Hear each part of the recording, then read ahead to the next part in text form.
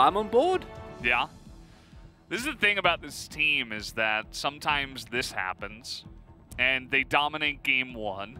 They come out in the draft really impressive. He knows. And the Ashe as well, it helps spot him. He doesn't quite have the smite.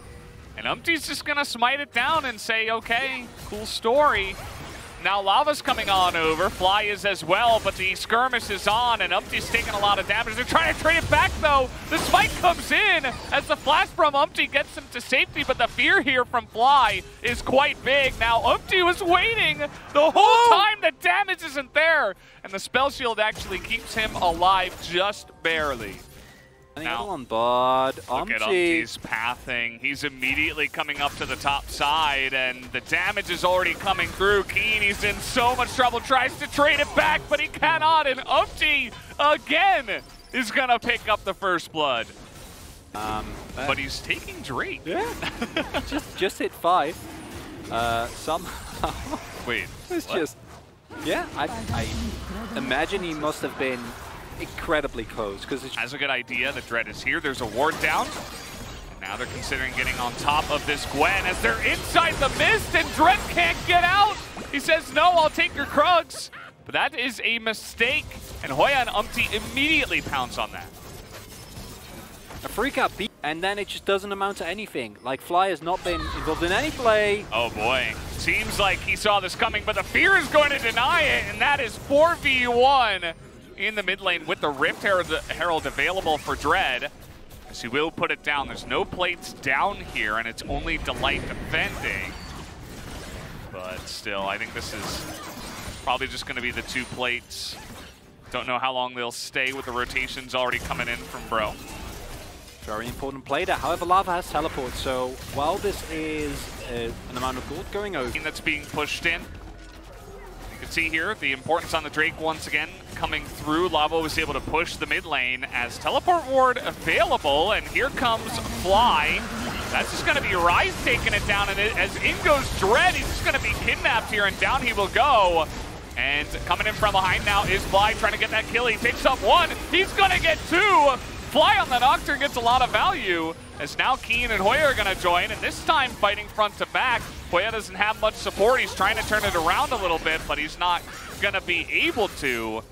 So it will be a 3-for-2 in favor of AFREECA, but the Drake did go the way of FREDIT BRION.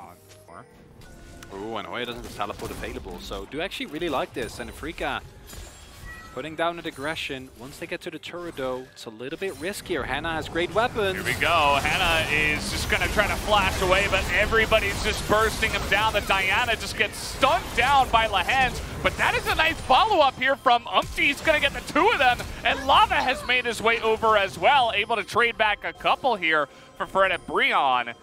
Lehens and Dread will just be able to run away. But still, that rotation that came in from FREDIT BRION was so important, as here we go. This is what happens. The Cyclone comes in, and Keen now is trying to trade it back. He's up a level, and he still can't do anything. Gets solo killed by Hoya.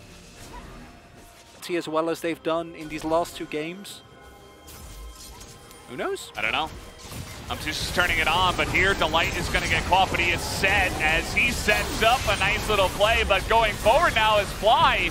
And this is really broken up on the side of FREDIT BRION, but here's the turn. In comes Lava, and Umpty gets a big ultimate. That's so much damage, but look at Dread on the backside. Hoya's trying to trade it back. As Leo's still alive here, he doesn't have much mana. As the stopwatch, you can't do that anymore. Not able to get on in there. Hoya trying to frontline now, as the clone will go down, and Leo now trying to set something up for Keen, who has a full health bar. Let's see the shock blast. Or not. He's just going to walk away. Doesn't want to face check the brush. Probably right back in it. By the way, yeah, this is what I was saying. The dragon is available, so Paranoia is not up yet. I think this is a moment here. We got Cyclone coming up right now. Oh boy. Moonfall as well. I think FREDIT BRION, they're ready to pull the trigger. Here we go once again. They got that front line, and there's the wombo combo. Lehens tries to get into that back line. The Paranoia does come through, but it's a little bit too little too late. Fly, though, is trying desperately. And yes, they'll finally take down the Aphelios, but that will be it, as another Drake will go the way of FREDIT BRION. General Unti leads his troops to certain victory, Valdez, because FREDIT BRION are looking amazing in this game against AFREECA, just in any way that you can think of. Well, I'm just shocked. I want to see more of this team. And Henna has the unfortunate honor of being the sacrificial lamb every time. As, okay, we got this Drake coming up here. This is Ocean Soul in 30 seconds. AFREECA, they kind of have to make their last stance here as they're just going to press their buttons and try to get in there. But Delight, this time he's going to get a massive engage for his team. And look at Hoya on the backside as well. Fly and Dread desperate to do something on the back line themselves. But the answer will be that they cannot, as Henna actually does damage and Bro say, well, let's just take the Baron instead. Oh, I thought he was going to be left behind. It was going to be so metaphorical for this entire game, but he does make it out alive. Fly and Keen are going to be able to deny the Sawyer. That's something, I guess, but it is the money that is given over to FREDIT BRION. It's another team. I don't know if you want to go into them right now. Because, I mean, the first 3 picks of Diana, Rise, Aphelios, they just laugh at anyone that wants to run into them. And now that they're ahead, you absolutely can't jump into them. So the arrow is just for fun. He's like, I might as well use this ability. Like, it's not going to get any value anyway. Here comes the Rise teleport with the minions. How about another turret with the Baron buff? Oh yeah, forever alone. The entirety, you know, everyone has like the cool holiday trip plan, and like, hey, we're going to the top lane. It's like, can I join? It's like, okay, we're getting aggressive here, looking for a pick onto Lehens, and at this point, pretty much anybody just explodes, though Lehens is going to survive. After all of that, here comes Fly. He's like, well, this game is over, let me get in there. Might as well. Honestly, you don't even blame him. Nice teleport here from Hoya, keeps the minion alive. Actually, not even kidding on that one. No. As the push comes through. I'm going to assume that Fly already pressed R as... Oh, Leo! Uh-oh.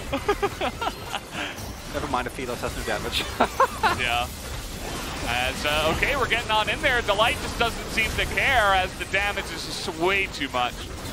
Smacking them with their bank accounts at this point as Hoya's just frontlining. Dread says, no, you can't just do that forever here. Although Jace goes down and the push continues as Hannah still has full health. And actually does do damage to turrets at least, as now we have the engage coming through. Stopwatches abound. And we are going to have our 2-0, it's looking like here. Another stopwatch for Lava as they're trying to kite back. Fly is desperate, but no, Hannah's just full health. He's going to pick up a triple kill on top of the Nexus going down as FREDIT BRION will 2-0 yet another strong team.